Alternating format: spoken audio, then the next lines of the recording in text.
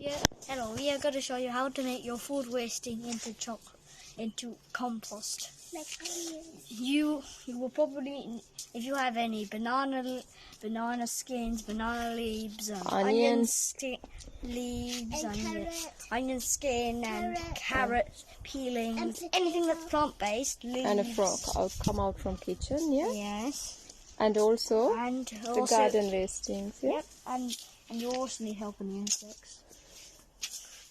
And we are going to show you what our compost bin looks like. On the inside. Yeah. We are going to show the snails and slugs and everything that's in there.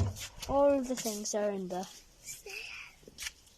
So how are you making it? So you just water onto it, and then with insects it makes the soil turn into some sort of a watery mixture that helps the plants grow.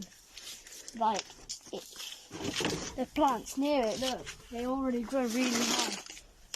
So we already done this, and we have a lot of insects in there.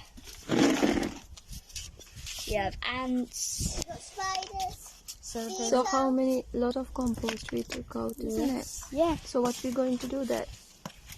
Feed it to the plants. Okay. About my help. It's like